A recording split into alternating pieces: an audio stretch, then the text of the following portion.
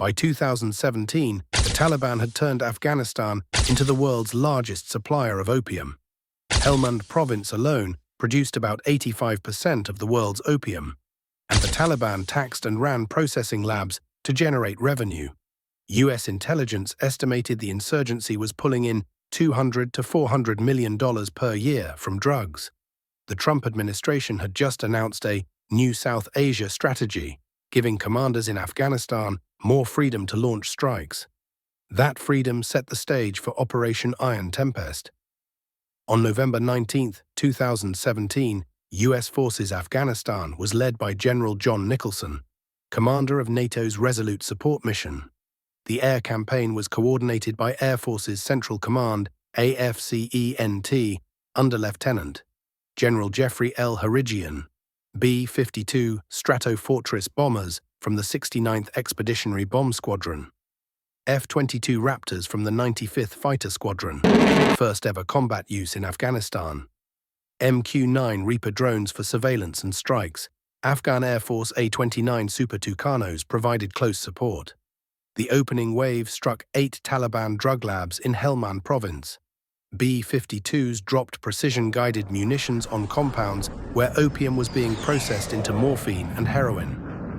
F-22 Raptors, using stealth and precision, destroyed Taliban command and control nodes. Reaper drones provided live targeting data, ensuring the bombs hit only confirmed labs. General Nicholson described it as a new strategy to attack the Taliban's financial engine. He made clear that any Taliban involved in drug production were now legitimate military targets.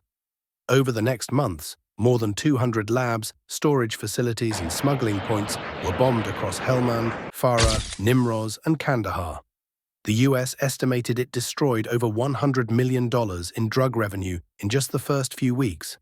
Nicholson claimed the Taliban was losing $20 million per month from the campaign. Afghan government officials welcomed the strikes, calling them a blow to the Taliban's narco-terrorism.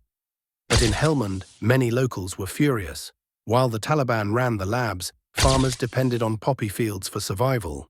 Entire villages lost their livelihoods overnight. Taliban propaganda used this anger to recruit more fighters, saying the US was punishing poor Afghans. Operation Iron Tempest was one of the largest US air campaigns in years. It showcased advanced American air power, including the combat debut of the F-22 in Afghanistan. It proved the US could attack the Taliban's finances directly, not just fighters. But the long-term results were mixed. By 2019, opium cultivation in Afghanistan actually hit record highs again. The Taliban adapted, shifting labs and taxing farmers in new ways. Critics argued the US overestimated the financial blow and underestimated how deeply the drug economy was tied to Afghan survival.